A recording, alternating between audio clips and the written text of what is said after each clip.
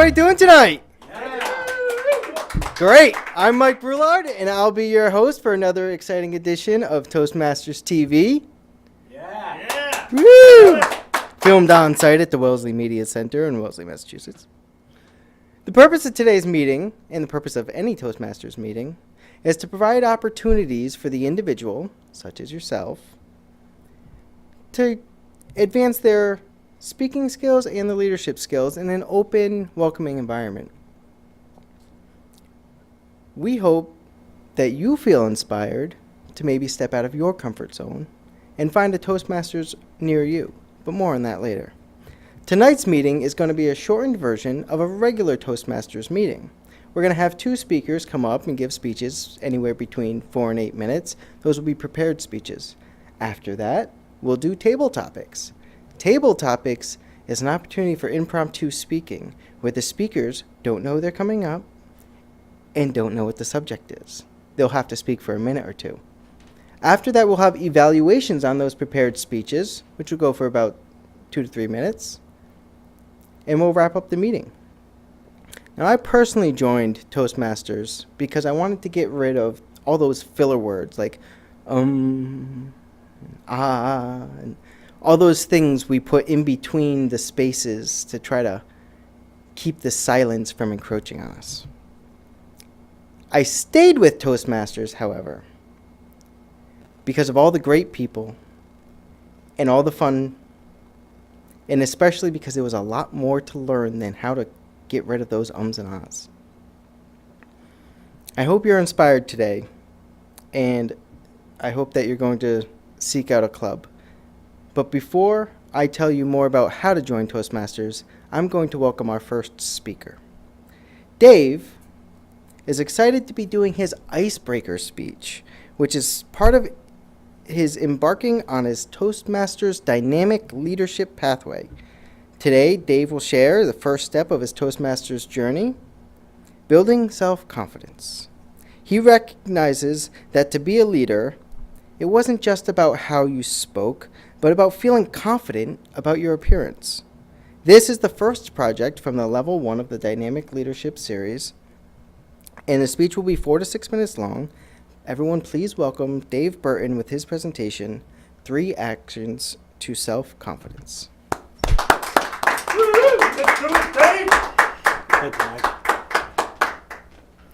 Good evening, fellow Toastmasters, distinguished guests, viewing audience.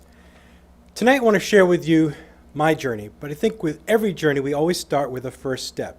When I think of first steps, I go back to my childhood, where I want to confess to this audience that it took me a little bit of time to learn how to walk. Some family members say I was about 3 years old when I learned to walk. I disclaim that I think that sounds a little bit long, but nonetheless, my mom, the family historian, has asserted it was about 3 years old.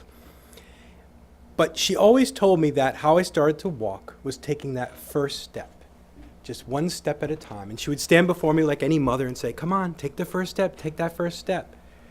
And I've recalled that throughout my whole life, appreciating that we all start any change we want to do with a first step. So tonight, as I'm about to embark on my pathway, the new Toastmasters program for dynamic leadership, I'm going to talk about 3 steps that I've taken to improve self-confidence. Because when we think of being a leader, it is about being self-confident. The first step that I've undertaken was a conscious effort to lose weight. And how I did that was cutting out carbohydrates in my life. I created this little mantra for myself. Bread, potatoes, pasta, sugars, and rice are not nice. Once again, bread, potatoes, pasta, sugars, and rice are not nice. And I would repeat it before every meal. Best example would be breakfast. Before, I was that guy who would pull up a Dunkin' Donuts and get the bagel with the cream cheese and not think twice of what I was eating. But now, making that lifestyle change, I'd have to make 2 hard-boiled eggs at home, maybe a piece of fruit to go with it, and the end result was I lost about 50 pounds in just over a year. Really helped improve my self-confidence, knowing that when I was standing before an audience, I wasn't worried about whether or not I needed to pull my shirt out a little bit. The second step I undertook was employing affirmations in my life. Affirmations are positive statements that we make to just keep repeating to our subconscious that we're doing the right things. In fact, the one affirmation I used for my weight loss program was, I am in the process of losing weight. By telling myself that, as I started to see incremental improvement with my weight loss, it just reasserted that I was doing the right things towards it. I use affirmations all the time. If I'm going into a meeting and I know I'm going to be nervous, I'll say, I am calm. I am relaxed. I'm going to rock this. In doing that, I just feel the difference in my posture and how I present. The third step that I've taken towards self-confidence is the practice of isometrics. Isometrics is a self-resistant exercise. In fact, I can demonstrate quick for anyone watching and those in the audience. If you take your two hands and you clench it together like this, and you start to pull apart as hard as you can, really hard, you should feel the muscles in your chest starting to work. And you hold it for about 7 seconds. In doing this, it works many parts of your body all at once. What I like to do is I like to use a belt, and I'll do different posture moves like this, or I'll do side bends like that. And in doing so, I feel the difference. I feel like I'm standing more erect. When I walk, I feel like my gait is strong. And it doesn't hurt that this old belt was the same belt that I wore before I started my weight loss program. So every now and again, when I'm done with my isometric routine, I wrap it around myself just to serve as a reminder of why I do all the things that I do to improve towards my self-confidence. Now, there are many steps all of us can take as part of becoming more self-confident. I encourage the audience tonight to consider any one of these three steps to use, whether it be to embark on a weight loss program, to start to use affirmations in your life, or even to consider isometrics or any exercise regimen.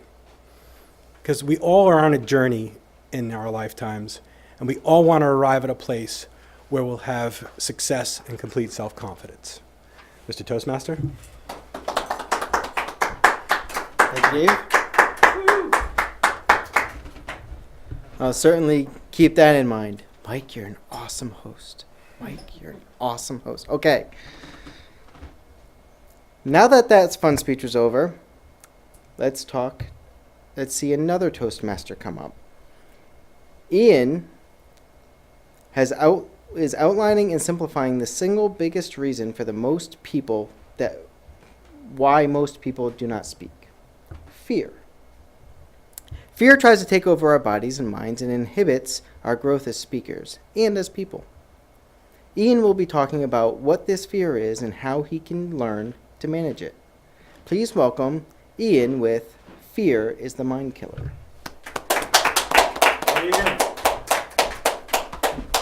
Thank you, Mike. Fear is the mind killer. That's a quote from an old Dune book that some of you might remember. How many people in this room have ever been afraid?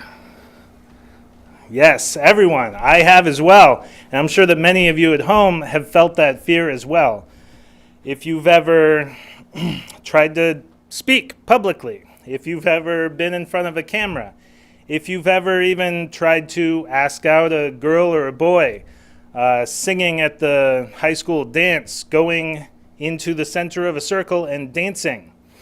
I have felt that fear to different degrees in any of those. And obviously, Toastmasters has given me a way to learn and grow out of a lot of that fear with public speaking. Where my journey started was not public speaking, but was karaoke, even before I started Toastmasters. I would go to karaoke, and the song that I would always start out with was 1 Week by Bare Naked Ladies.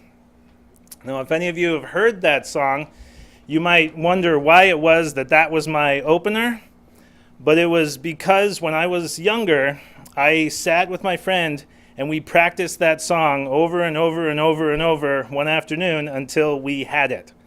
So I knew this song front to back. Once I got going, I could just burn through it. It always went well, and it was impressive enough that I felt good about doing it. So that opened me up.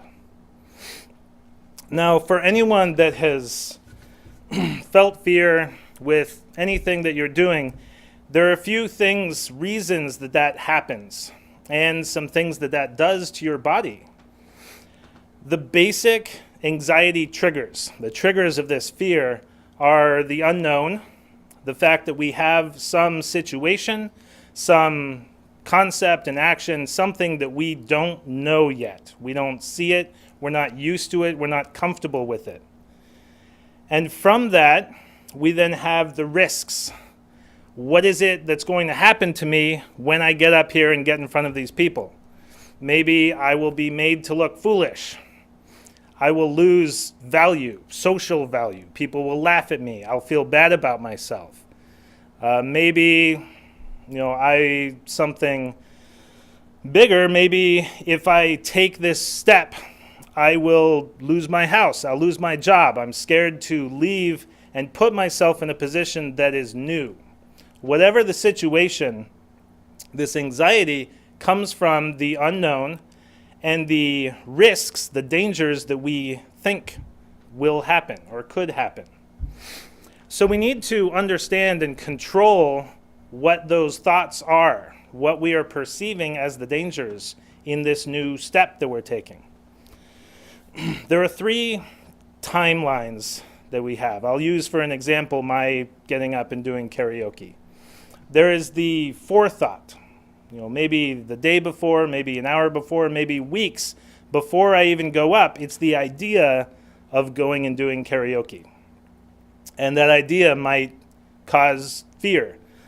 It might cause me to think about what that would do. Would I be okay at that? Would people be okay watching me? Would they laugh at me? Would they enjoy it? Would I do well? Now, all of the things that we do before that can prepare for that, push past that fear, and start to create some positive thoughts. And then there is the pre-action. Right before I get up, I have that fear, that gut-wrenching, twisted up knot stomach telling me that I'm about to do something scary. This is dangerous, this is wrong, this is bad, I shouldn't do this, what am I doing? Get me out of here. That is that gut-wrenching feeling that we feel right before taking that first step. And then, of course, we take that step, and what happens while we're in action, while it's happening. So some of the symptoms you're probably familiar with. Your adrenaline starts to pump, your heart will race, you're sweating. There are a lot of physical ramifications of this fear, but the biggest thing, the one that you don't often think about, is the inhibition in your mind. When you are gripped with fear, it is much harder for your brain to process information. You're not thinking clearly, you're not seeing clearly what's happening in front of you. The ways to overcome this, the way that I have found to overcome this, there are a few. The 3 that I'm going to talk about are visualization, relaxation, and the 4th is kind of 2-part, is immediacy and certainty. And that's a big piece of this. So before I get up, when I'm thinking about what it means to do karaoke, what it means to publicly speak, the preparation that I put into that is going to help me when that day comes. Practicing my speech, practicing my song, doing it over and over again in my basement until I feel comfortable with it. Now, beyond the actual practicing is what you're seeing in your mind. If you just sit and think through how that process is going to go, see yourself walk up on that stage, see yourself singing that song, giving that speech, and see it going well. You now have a mental image that is not the dangers and fears and drama of having that go terribly. You see clearly an image in your head of you doing this thing well. And that image will help you be more relaxed as you come into the actual event. You want to be well slept, you want to maybe exercise a bit. A lot of people are really into body postures. Some people I know go to the bathroom and they raise their hands up. They feel powerful before they give any speech. And that raises their circulation, gets some nice chemicals going in your body, and makes you feel good and relaxed. So when you get up there, you are not having so many of those anxiety symptoms. And finally is immediacy and certainty. There is a moment when you are about to do something or when you want to do something. If you've ever been at the dance and been scared to get up and dance in the circle, there is that moment where the circle opens and you see your opportunity. You have the thought of getting out there. In that moment, you have the transition from wanting to go out to thinking, oh, no, I can't do that. I'm not good a dancer. These people are all going to laugh at me. Nobody wants to see that. I'm too fat. I'm too ugly. I don't know how to move my body. Whatever the reasons are that are in your head that make you want to turn away, that immediate moment, if you act before you think, you actually bypass your brain's ability to come up with all of the reasons why not to do something. If you practice seeing an opportunity and then taking it, you are actually causing yourself to skip the part where your brain comes up with dangers. It doesn't have time to do that. You're on it. And the more preparation and visualization that you give makes you more certain, so that when you come up to this stage, when you go out onto that dance floor, you are 100% certain that what you're doing is good, that you know how to move forward, and that you are confident, as we've heard from Dave, in that moment, in that action. And that is what you want. That's what's going to get you further to where now I have knowledge. I've seen it happen. I got up on stage, I came back down, and I survived it. And that's what we all want. So I hope that you think about that the next time you face fear, and I'd love to welcome up Mike to move us forward. Thank you, Mike. Thank you, Ian. Now, I know absolutely that Dave and Ian did not coordinate those speeches, and yet they flowed right into each other. That was amazing and excellent. I'm about to jump into the table topics portion. As I mentioned at the beginning, these are impromptu speeches given the questions are on my list here and nobody else has seen them. I'm going to ask the question first, and then I'm going to call a name. That person will come up. I'll ask the question again as they're coming up, and they'll have 1 to 2 minutes to give a response. The first question I'm going to ask is, what 3 words best describe you? I'm going to ask Laura, would you like to come up? What 3 words best describe you? Hi.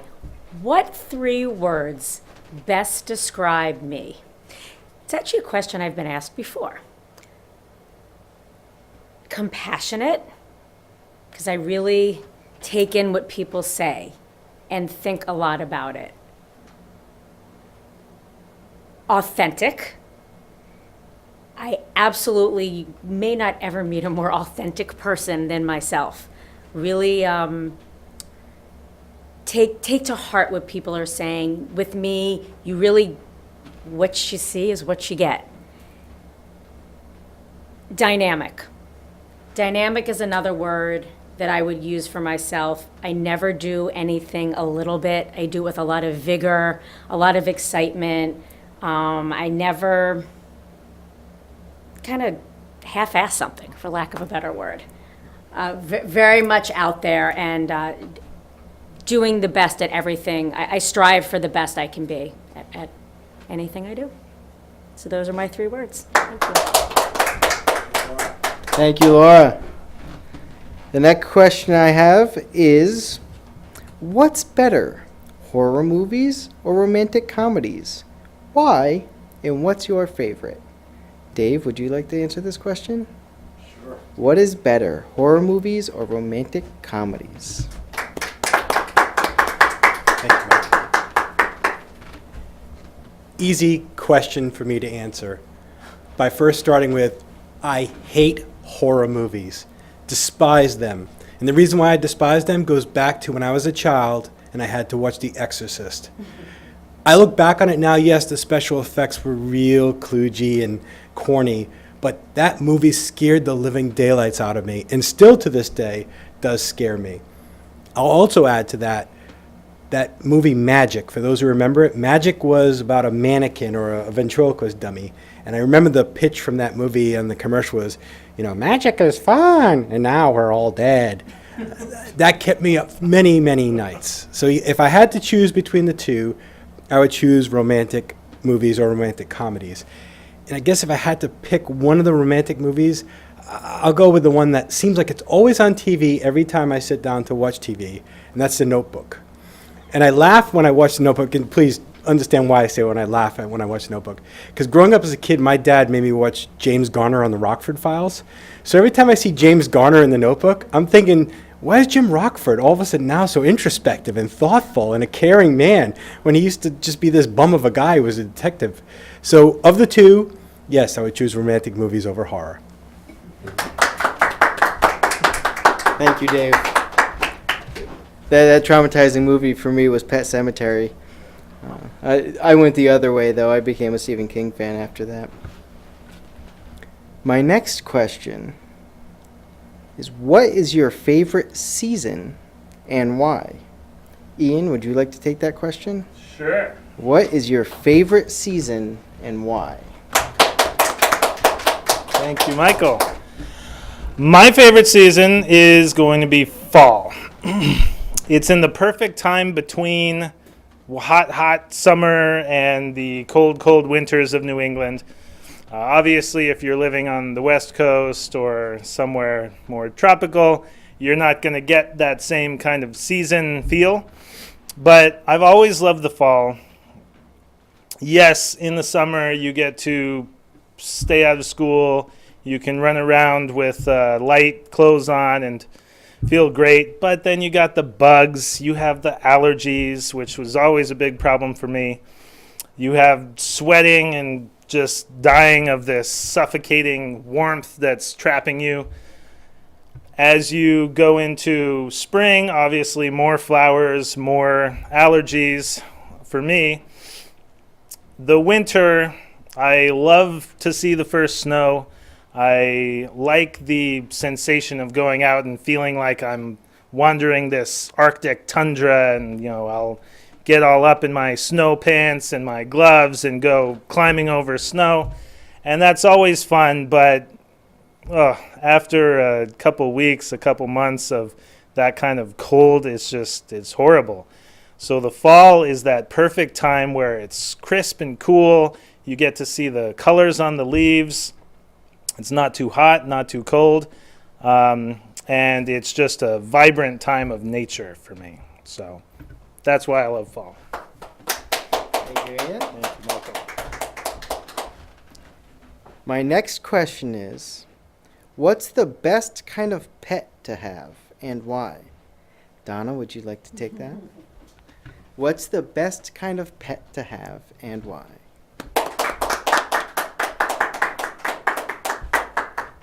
I'm quite sure Mike saved this question especially for me because he knows that pets are my passion. More than a passion, they are now my profession as a pet sitter. I get to have the amazing job of going into people's homes and taking care of their cats and dogs and bunnies and occasional crab. And I love them all.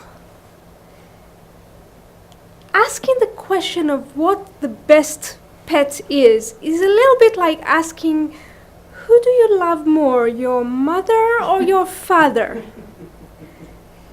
Some people have an answer to that. For me, I love both my parents equally, and I love all pets equally. I love going into a home where a dog wags a tail and happy to see me, or when a cat brushes against my legs and can't wait to get dinner. They're all fun, they are all lovable, and all pets are wonderful. Mike. Thank you, Donna. My final question, what trends did you follow when you were younger? Deb, would you like to take this one on? What trends did you follow when you were younger? Thanks, Mike. I have a confession. I was not a cool kid. You probably are surprised by looking at me, but I was not. However, I did like music. I liked different kinds of music. When I was young, it wasn't just one musical artist that I followed, but I had lots of interests in lots of different groups. I had a friend, my friend Eve, who introduced me to groups on the fringe like Squeeze and Howard Jones. Anyone know those? And Adam Ant.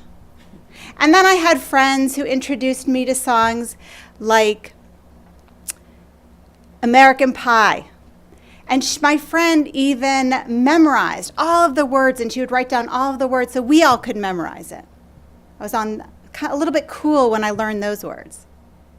And then I had my favorite artists, like Billy Joel. He was always, anyone here remember Billy Joel? Yeah, popular. And what's funny is what goes around comes around. And I'm now listening to those same songs with my kids, and they hear Billy Joel, and they actually don't turn off the iPod when I play it. So maybe I'm a little cool after all. Mike.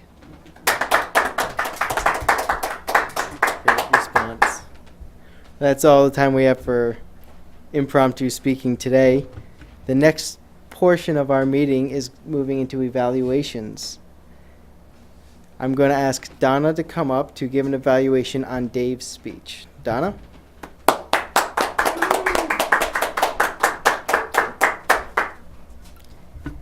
Thank you, Mike. Thank you, audience. And especially thank you, Dave, for sharing such a wonderful story. Dave gave his icebreaker today. And the icebreaker is the very first project any Toastmasters shares. And the goal is to just stand in front of the audience for the first time and tell a story. Usually a story about yourself, because that should be the easiest topic. A little secret, it wasn't Dave's first icebreaker.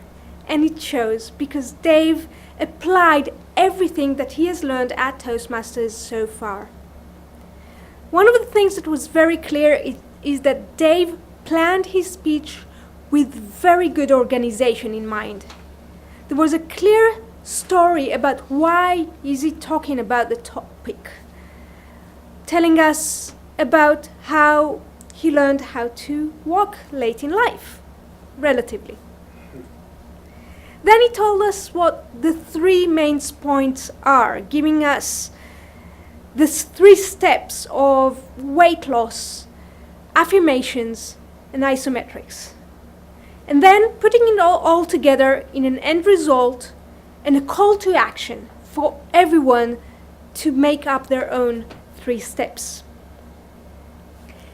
Dave used excellent body language. Despite being restrained by having to stand in front of this lectern, he was still able to show us steps and examples of isometrics. I would say that the only part of that where I wasn't quite sure that the message would come across as expected was when Dave was showing the belt. I think the belt might have been displayed below the lectern and therefore not shown on camera. The one area where I think Dave could work and maybe add some more is vocal variety. Using rhythm and pace to tell us about his mantra or affirmations could help us remember the affirmations themselves and how they are used. Overall, Dave did a wonderful job of sharing a personal story.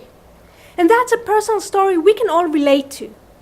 And when the audience relates to the story, they are more likely to remember the message and follow up on the call to action. It's a wonderful job, and I'm looking forward to hearing more of Dave's speeches.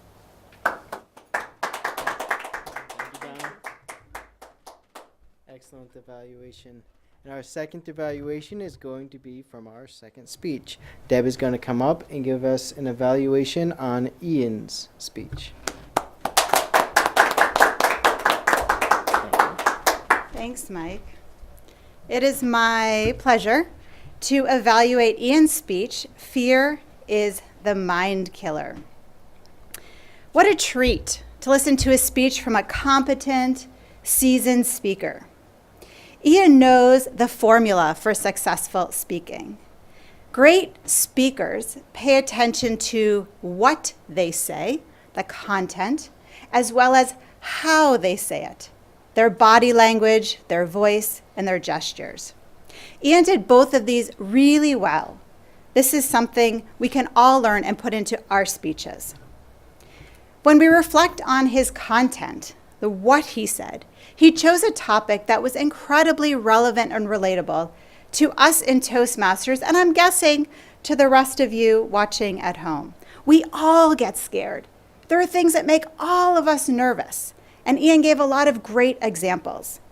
He talked about fear, the effects of fear on our mind and on our body.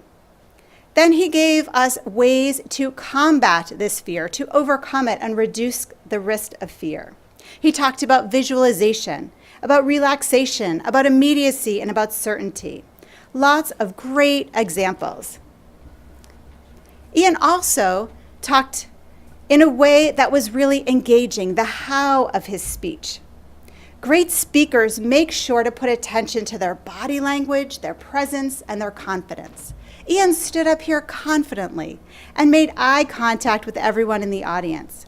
He used hand gestures, he used vocal variety, and he paced himself really well. I think we all believed that he knew what he was talking about. We always give a few suggestions to speakers because our goal is to improve our speaking ability over time. Here are my suggestions. First is to make use of the pause. Ian gave us a lot of great information in a short period of time. If he wants to make sure that we're absorbing it, say something and then pause. Let it soak in, let it sink in, ask a question and then pause. That way we can really take in what he's saying and think about how it affects us in our lives. My last suggestion is about using emotion more. We get captivated by stories and emotion. Give us a story, a longer story about a time when you were really scared, what it was like, what it felt like, and how you used one of those examples to overcome it. You would draw us in immediately, and we would be sitting on the edge of our seats even more. Excellent speech. We're all lucky to have heard it. Thanks, Ian. Thank you, Deb. I love the evaluation portion of our meetings because it's where I can sit back and hear someone else's speech or my own speech get evaluated, and I can better myself as a speaker through that. I hope you've had just as much fun as I have tonight. For our online audience, you're welcome to come join us at the Sunlife Toastmasters in Wellesley, or if you're not from around here, you can go onto toastmasters.org and find a club near you. You can come for free as a guest a couple of times and enjoy more things than you've seen here. For instance, we have jokes of the day and words that we try to incorporate into our speeches as well.